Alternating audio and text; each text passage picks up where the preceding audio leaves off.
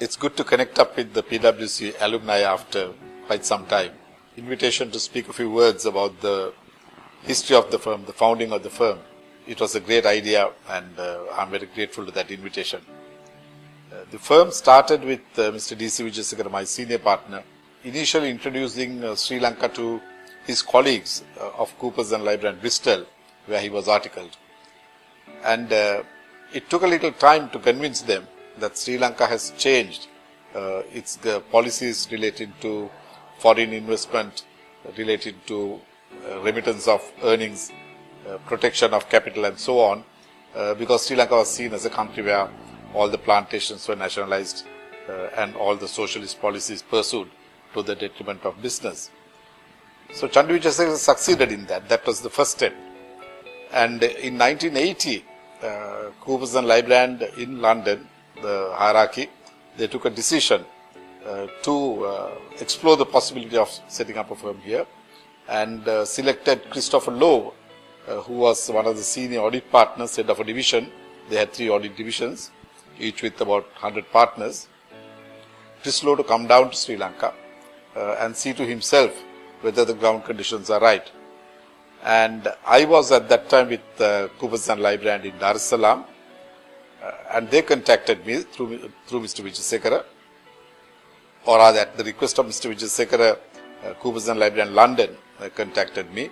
Lord Chorley was the partner in charge of East Africa, and they asked me to meet up with Mr. Wijayasekara when I came down on holiday. So that was really the beginning of my association with him. After we started the firm, initially it was an associate firm using the name Wijayasekara and Company. We had considerable opposition because of the threat that we posed to the audit duopoly between Ford Rhodes Thornton and Turkman Young at that time. Most of the Coopers audits were with Ford Rhodes Thornton. We overcame those, and I must say we did so by sticking to quality of work standards upheld, especially in audit. In the first year, we lost 3 audits because of having to qualify the accounts, but we did not fail after that. We lost the 3 audits, but continued. And the hallmark of the firm was quality, especially in audit, and Mr. Wijayasekara looked after the consulting, and it was a great privilege to work with him. And we realized that to expand, we needed a good local presence, because Mr. Wijayasekara himself was a bit of a controversial character, being president of the institute and a very strong personality.